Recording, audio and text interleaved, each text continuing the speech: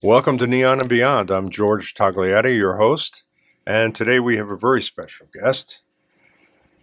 Her name is Rhonda Shortino. How you doing, Rhonda? I'm terrific. I'm so happy to be here. Well, good, good. We're going to talk about some serious stuff today, and I think I really appreciate you taking time out from your busy schedule to talk about this very important matter. And I'll tell our listeners right now, you're co-founder of the Prevent Child Trafficking in Nevada. Yeah, Correct? Is that's that it. right? Yes. And that's a topic near and dear to my heart. I know we've been working with some stuff at the university, UNLV, as far as preventing child trafficking and making people aware and so on and so forth. And there are a fair amount of nonprofits out there or people that are engaged and mean well and trying to get some things done positively and save some of our children. And more importantly, I would think, well, it's important, but preventing it. Yeah. If it doesn't happen, we're obviously in a lot better shape. So uh, maybe you could. How did you get involved as a co-founder of this? Well, thanks for asking and thanks for having me on. I was in the foster care system myself for the first 16 years of my life, and I emancipated out, and I spent, the next 35 years involved in risk management for child welfare organizations. So I analyzed the way kids get injured or killed in out-of-home placement in foster care.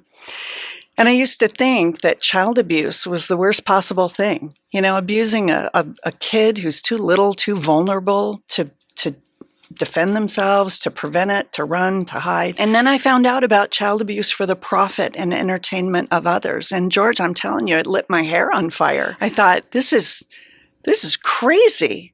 It never even occurred to me that anybody would want to do that to a child, would intentionally make it an enterprise. And it turns out it's one of the fastest growing crimes in the United States. People who have trafficked in guns and drugs are now trafficking in children because you sell a gun, it's gone. You sell drugs, they're gone.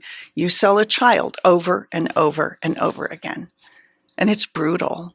It's a death sentence. And so really from that point forward, I thought, okay, I need to pivot and I need to throw myself into doing whatever I can to prevent this heinous crime. And I love the people that you mentioned. There are good organizations in this area that are doing something. There's Free International, and they go and rescue kids. And I love that. And they're a wonderful organization. There's Destiny House. They're a true safe house and they work on restoration. And I'm telling you, George, it takes years. I mean, some people never really truly recover from the brutality of it all. Physical, spiritual, emotional, the whole thing. And so after all those years of analyzing the way kids got injured or killed, and I'm looking at police reports and I'm looking at photographs of dead children, frankly, if I can just be totally honest, I had it. I mean, decades of that. I had it. And I thought, I don't want to respond anymore. Law enforcement can't do anything before the fact. You can't go around arresting people for something they might do, right? So all the guys and gals who work for you, they're responding. Well, I love them, but I don't want to respond anymore. I want to be on the front end. I want to be proactive. I want to protect kids before they're locked into a cage, before food is withheld, before they're burned and beaten and all the things that happen to them to make them submissive to this horrifying thing that's going on. And I moved here because really this is ground zero. People bring kids here to Las Vegas, really to all throughout Nevada, from all over the country and all over the world, because buyers come here from all over the country and all over the world expecting to get what they want, the way they want it, when they want it, with complete impunity. And I'm here, and I love that you've invited me here today because, our community can rise up and say, not anymore. Our children are not for sale. We can stop it. So you began in Southern California. Is that where you founded this No, I'm organization? from Southern California, but I moved here in 2016. And no, we founded this organization. It was actually came out of our little Christian women's group in Southern Highlands, where we're all sitting there going, this is horrible. We have to do something. And I'll speak for myself. I'm an old lady. I'm like, what can I do? I'm not in law enforcement, but we did our research and figured out, how we could start with the limited resources that we have. And so we started Vegas Cares Boutique. And so we buy brand new fashion current clothes and we tag them with a hang tag on every single piece. That's the 5 most common tricks of traffickers so that kids will be aware of those things. And then we take those clothes and we create these pop-up shame-free boutiques at places like Help of Southern Nevada for kids who are homeless and unaccompanied. We work with Casa de Luz for the children, for all the young people that they serve. And so we provide those kids anti-trafficking education and brand new dignity-giving clothes. And hopefully we're empowering them to know what to watch out for and not to fall for the first person who comes along and says, oh, you're so cute. You should be a model. I could help you. Jump in the car. Wow. So and you've been doing this for how long now? Just over a year. And we've reached almost 9,000 kids in the past year with just our group of lady volunteers. Well, we have a couple of token guys. I shouldn't just say ladies. That's nice you to throw that in there. Uh-huh. So, and this is, again, dealing with established areas like Help Southern Nevada where you can find these children, right? I mean, that would have been my next question. Do you go to schools? Are you trying to get into schools?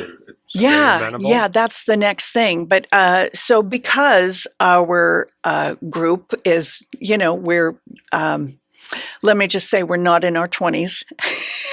I wanted to make sure that we were partnering with vetted, legitimate organizations. Help of Southern Nevada, been there over 50 years. Mm-hmm. The kids there are in their programs, so they can't be there if they're actively using drugs or they're not in their right mind for whatever reason. And so it's a safe environment. And the same thing with Casa de Luz. So we're very cautious.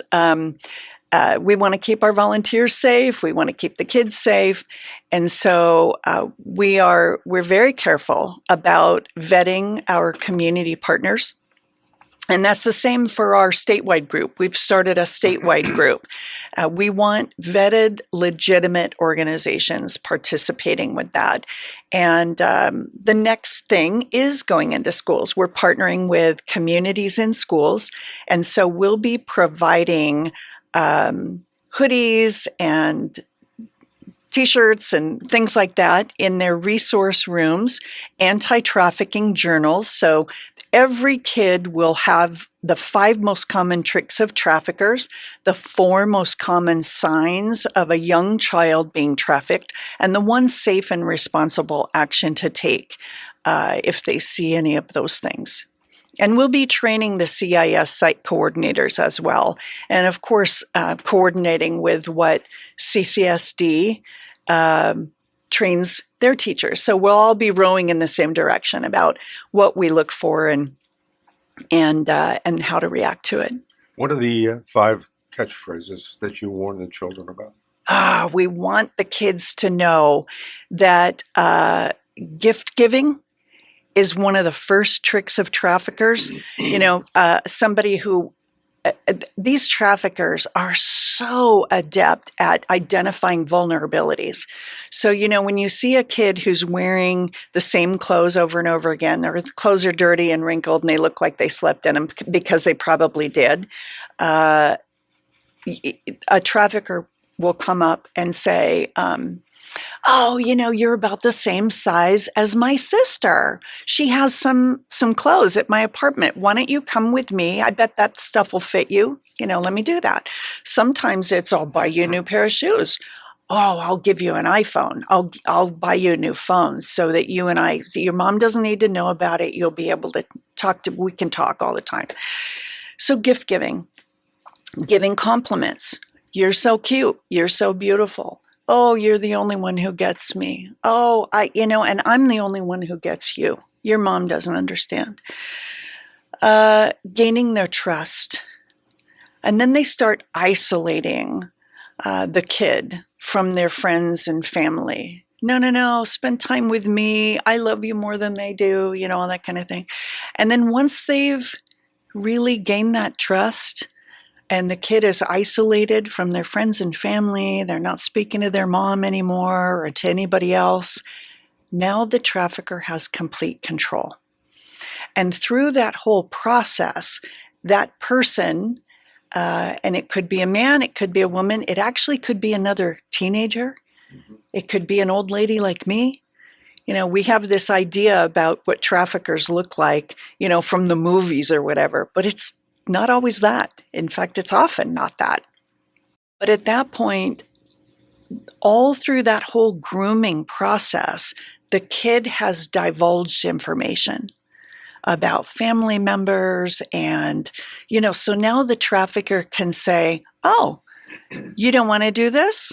Well, you owe me because I gave you those clothes and I gave you that phone, and I've bought you so many meals and whatever. You really need to do this for me. Come on, I love you. You got to do this for me. Look at what I've done for you. And then if they don't, then it's, how about I go get your little sister? How about I kill your mom? I know where she works. I know what time she's off because the kid has told him or her everything, right? So now they're really trapped. So once kids know about the gift giving and the compliments and all that, Right. hopefully they don't fall hook, line, and sinker for this. Hopefully they have that little thing in their head. Oh, yeah. He's going to make me a model. I'm going to be an actress. Well, I don't know. Maybe not, right? Maybe they just are empowered. That's our plan. That's our hope. Right. So being informative and trying to find these kids who are most vulnerable and getting that word out is obviously the key. Yeah. At least to try to get things moving. Then there's another piece of this, which is also recovery, if you will. Mm-hmm. Those kids that are also out there. And I know that the Highway Patrol, Metro, University, UNLV are working together and have some pretty good ideas and some pretty good plans when we have major events in Las Vegas to be able to try to find some of these kids.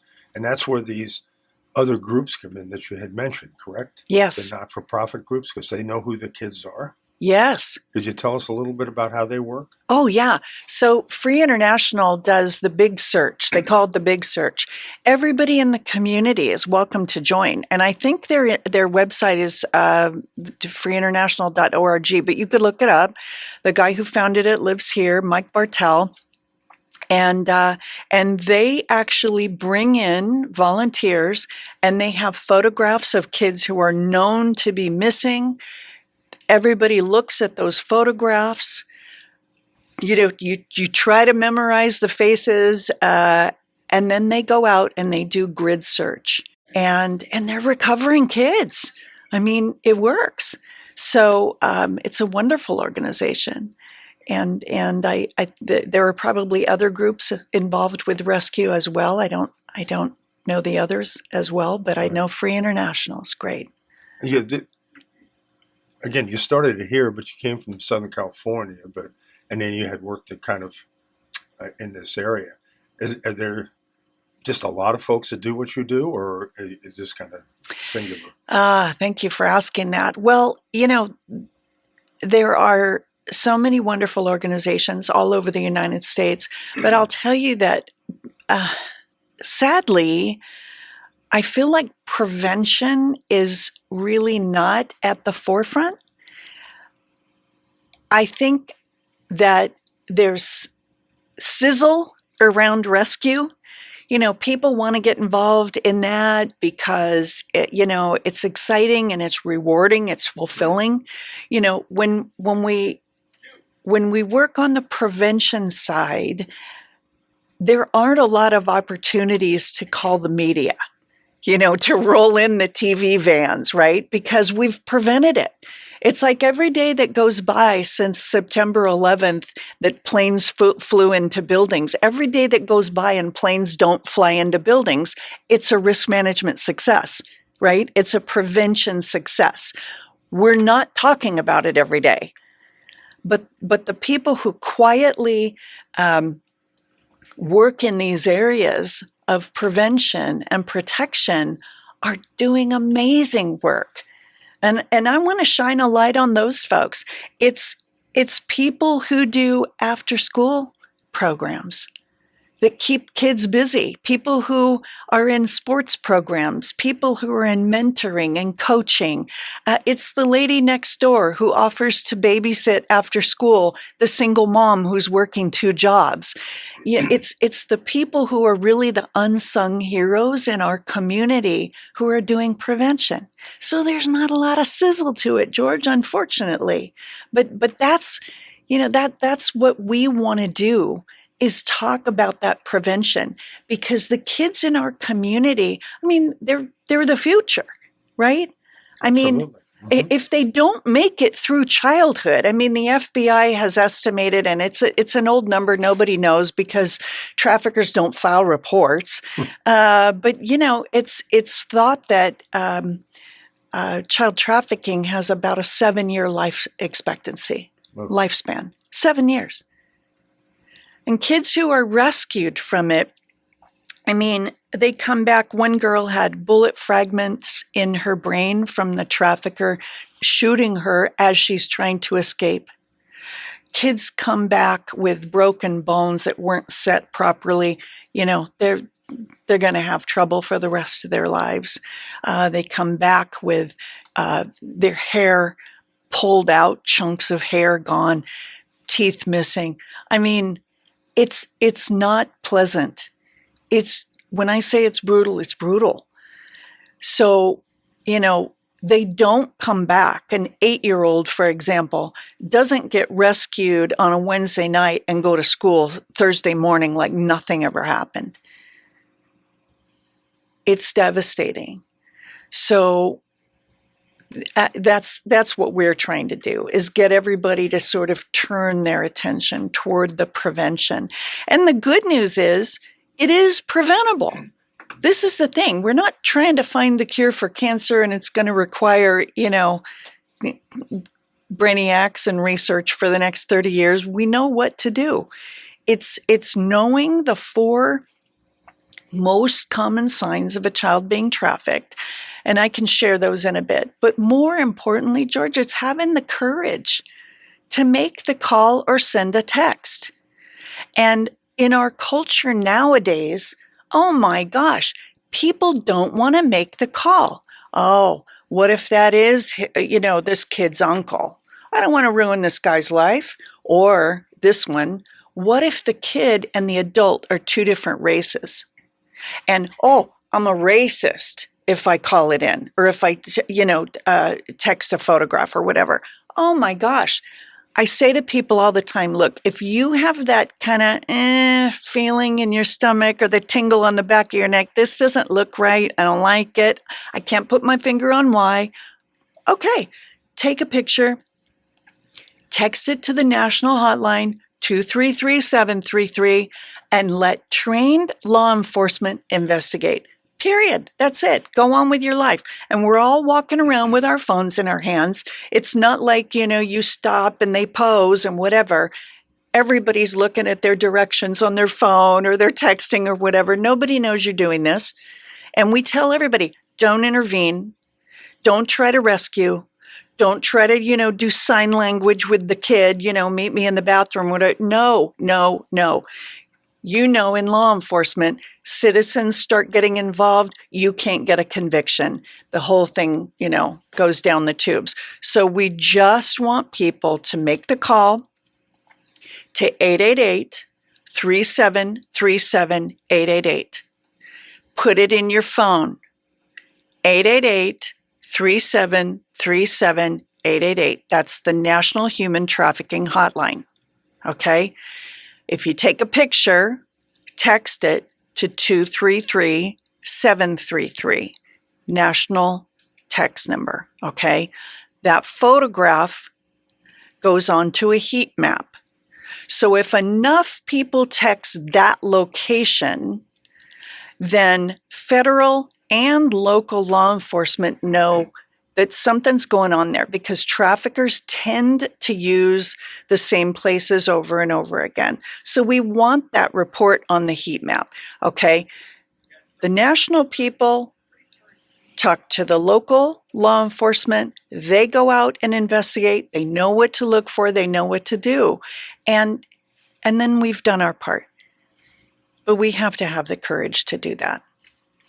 You're listening to Neon and Beyond, and our guest today is Rhonda Shortino, and she's co-founder of the Nevada Child Trafficking in Nevada, right? Prevent Child Trafficking Nevada, yes. In Nevada.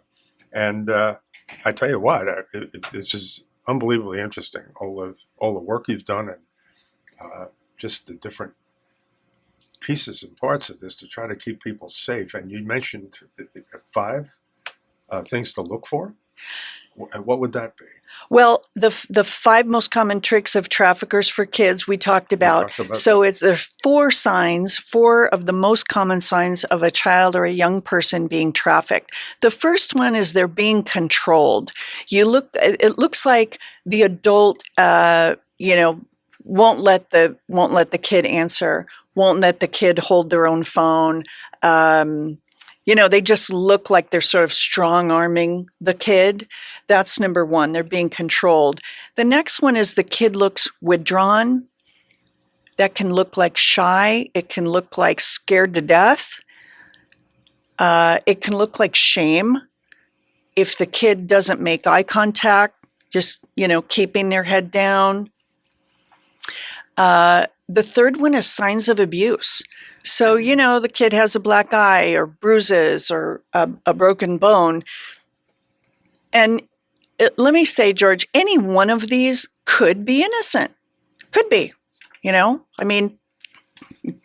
don't know anybody who got through their whole childhood and didn't have a bruise, or didn't have a black eye or whatever.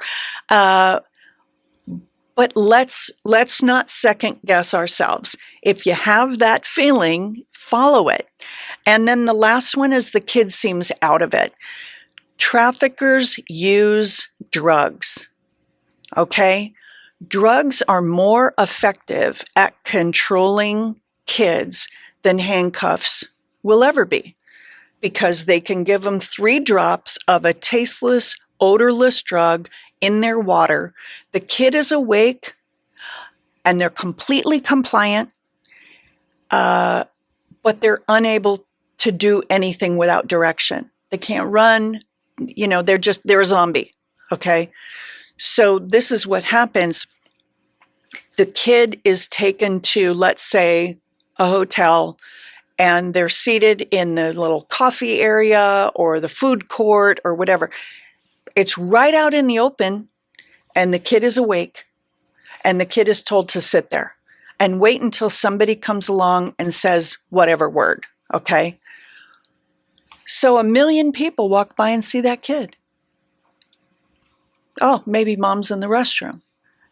Somebody's playing a machine someplace, and the kid's seated here, But what really happens is the buyer comes along, picks up the kid, takes the kid wherever they're going to take the kid, and then they bring that kid back to that spot, and it's happening right in front of us. Wow. But in dealing with some of the nonprofits, or not-for-profits, you mentioned some of the groups that go to rescue the kids, and they have all of the information, photos, so on and so forth.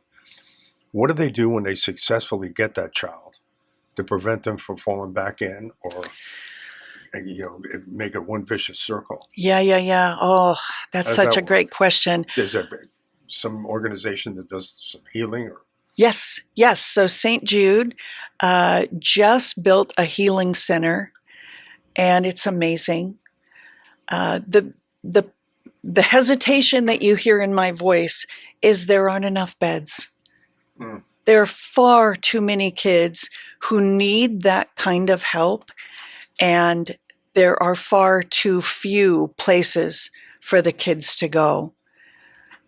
And yeah, it's really rough. I mean, most kids go to Child Haven, and it's not a locked facility. I mean, we don't want it to be a locked facility, right? But when a 12-year-old can walk right out the door, right. right? My next question would be, if the child is coming from a horrible environment, leave it at that. Yeah, And again, they were lured away because it was miserable. yeah, Now you're going to put them back in that miserable environment. How does that work? yeah. That's the problem. There aren't enough foster homes. Um, it's Does it become a legal issue at that point? If somebody's like 13 years old, underage, can you go to St. Jude's, or can the state do this or that or the other thing? Yeah, for a 15-year-old, for for that age, absolutely. Um, Help of Southern Nevada, the Shannon West Center takes kids 16 to 24. And but as I mentioned before, they need to work the program. It's a great program, great people. Um, but kids coming from really difficult environments, How do tend to you gravitate how do you back. all get together? I mean, how do you coordinate? I mean, how does St. Jude's uh, know about what your organization's doing and some of these other groups, so you can all get on the same page and coordinate this thing, and Oh then my gosh. involve the courts or whatever if somebody's underage? How do you coordinate all that Yeah, stuff? that's such a great question. Thank you. So we started our statewide group, and ultimately we want our Prevent Child Trafficking Nevada to be an association, a peer-reviewed association. The whole point is we need to all be talking, communicating, sharing information, collaborating, cooperating with one another to eliminate duplications of efforts. Um, to be more effective, to raise the level of care for these kids, to all be rowing in the same direction. And that's the ultimate goal with our organization. So we need to raise funds to do that. So I hope for anybody who's listening and wants to jump in and help in any way, there's volunteer opportunities, giving opportunities. It's allianceforchildprotection.org. One more time. PreventChildTraffickingnevada.org. Okay, we have about a minute left. How about those phone numbers again? 888-3737. 888 is the national hotline. Put it in your phone. Tell your friends, your neighbors, your coworkers. The text number is 233-733. Very good. One more time on the website. allianceforchildprotection.org. Sounds good. I want to thank you. You've been listening to Neon and Beyond, and Rhonda, you've been terrific. Rhonda Shortino is our guest, and we've been discussing matters that are pretty horrible. And it's great to know there's folks like you out there that are doing, devoting yourselves to this effort. Thank That's you. really special, and I hope our listeners appreciate it, and they know where the website is. Maybe they can check in and learn a little bit more and get engaged. Would that work? I hope so. Yes, I hope so. Together, we can save kids. There you go. This is George talking